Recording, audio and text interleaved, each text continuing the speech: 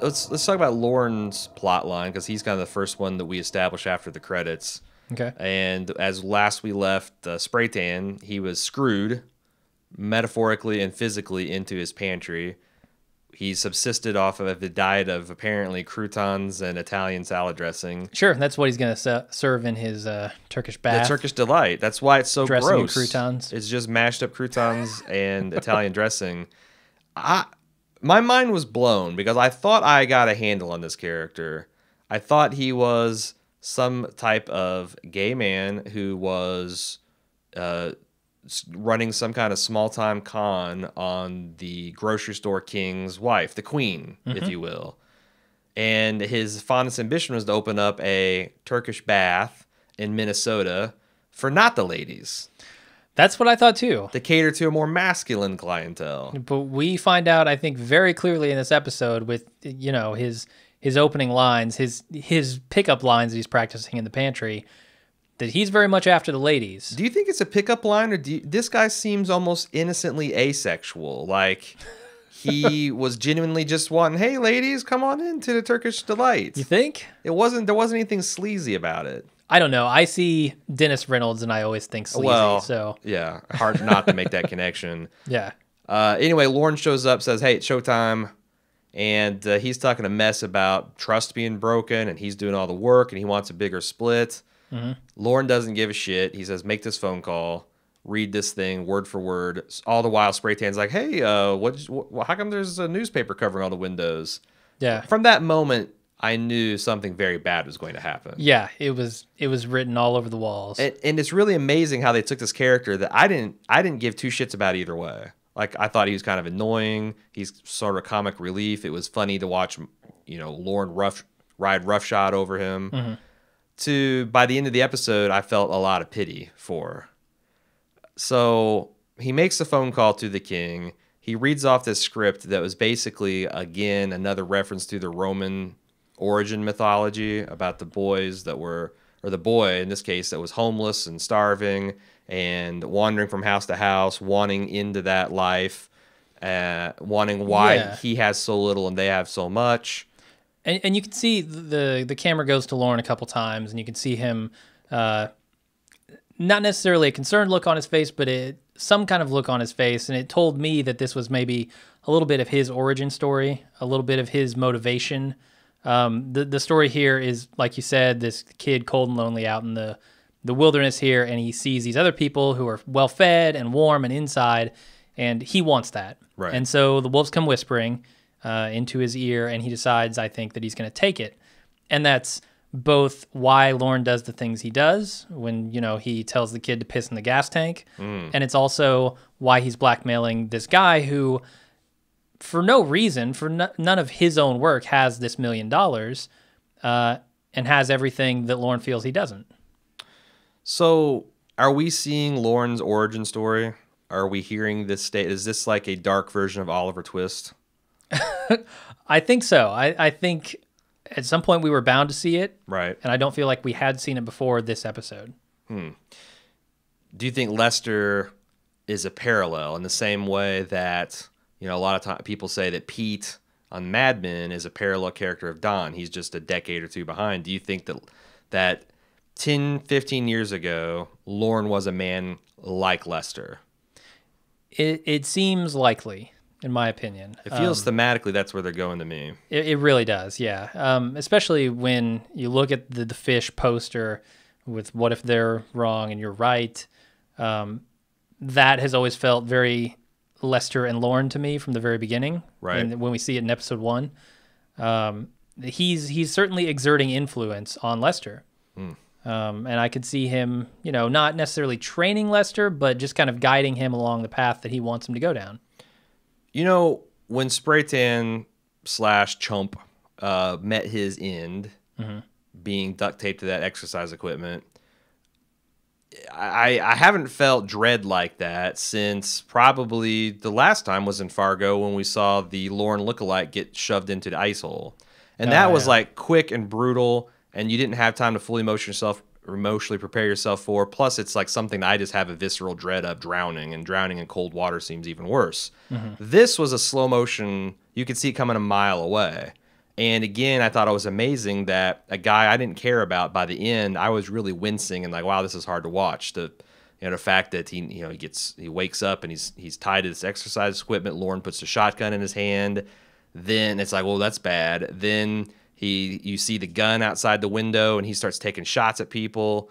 That's even worse. There's the cable rigged to the gun. And then by the time he just gets shot up, Sonny Corleone style, I felt really bad for the character. Sure. Yeah. Not a character I thought I would ever give a shit about, like you said. A lot of evidence. We've talked about tried to get to the bottom of what Lorne's moral code is, what his center.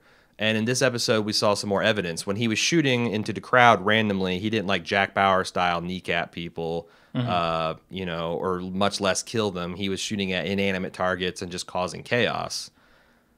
But he used spray tan as just a pure distraction. The only thing spray tan really did was, again, run this low rent blackmail operation against the king. Yeah. Is that enough in Lorne's mind to warrant a death sentence? Do you think if spray tan, would he have used an innocent person as bait? Or did they have to do something wrong before he can judge them and condemn them to death? Man, that's a tough question to answer because I don't feel like the kid in the parking lot who pissed in the tank pisser, I don't feel like he gave any evidence that he was a bad kid and Lorne just fucked with him.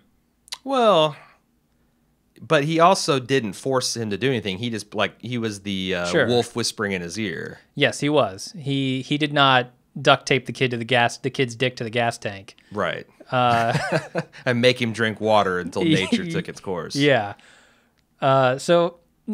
Yeah, I mean, I think in Lorne's mind, anybody who does anything that they shouldn't have kind of deserves it. Yeah, it's just, wow, how capricious that sense of justice is. And also, it's interesting that it's the next day, neither Gus nor his neighbor had come to any harm.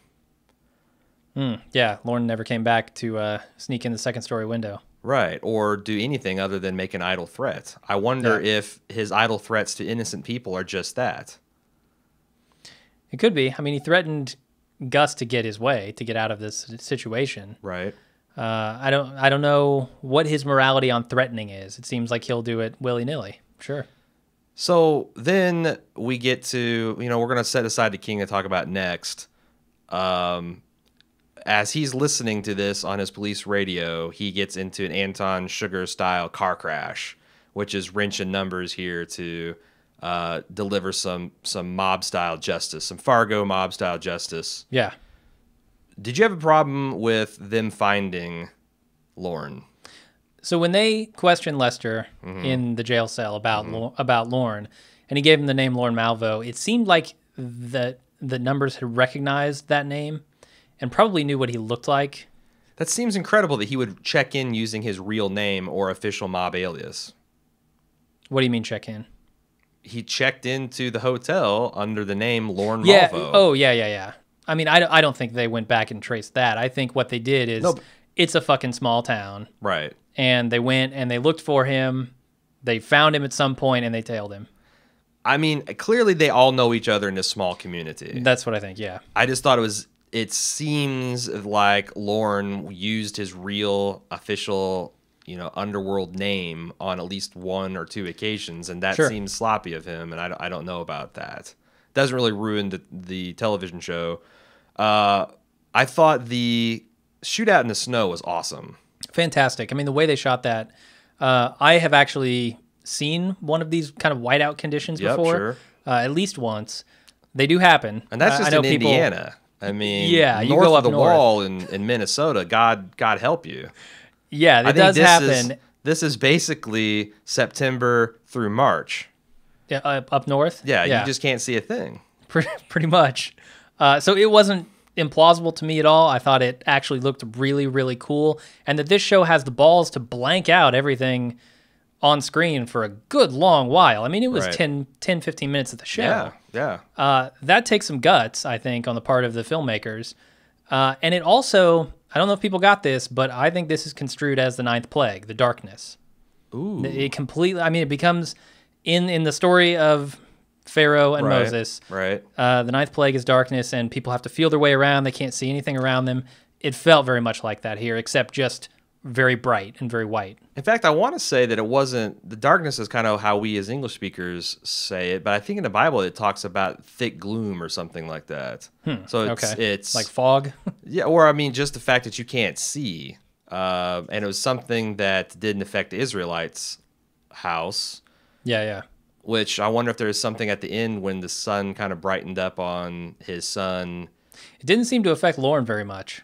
Yeah. He was moving like a yeah. whirlwind through that. In fact, he used the fact that, this bright red color, his blood. He gave himself a little cut and dribbled a blood trail to the door. It was 1, 2, 3. I don't know if there's any significance to that. But lured Numbers. I get him confused. Lured Numbers over there and then brutally murdered him but first extracting who do you work for, Fargo, before he slit his throat. Yeah. So Great scene, though. yeah, no, totally. And we're not done talking about it because this not only did it do in one of the characters, but it has a significant impact on a few of the others. But I think it's time to move on to the king. Before we do that, I want to talk real quickly about Lorne's plan. Okay. Because I think Lorne had a plan, to blackmail the king to actually get the $1 million before the king had the epiphany and buried it.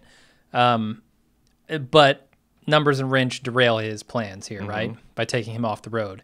I think he was actually headed to that parking garage where he told them to meet him. Okay. That seems to make sense.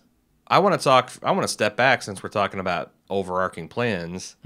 I'm starting to wonder if he didn't want to kill Sam Hess from the get-go, knowing who he was, to provoke some kind of shitstorm as some kind of very long-term revenge. Because these guys all kind of, if we buy the theory that these guys all kind of knew each other, then he had to know who that Sam Hess guy was. And certainly when he showed up into his facility, he would be aware of it. Sure. Yeah, I think I need to see a little more evidence for that, maybe. I mean, there's so much random things, but now that we got fish raining down the sky, I'm kind of opening up what I consider what this show thinks is possible and what is a coincidence and what is not. Okay.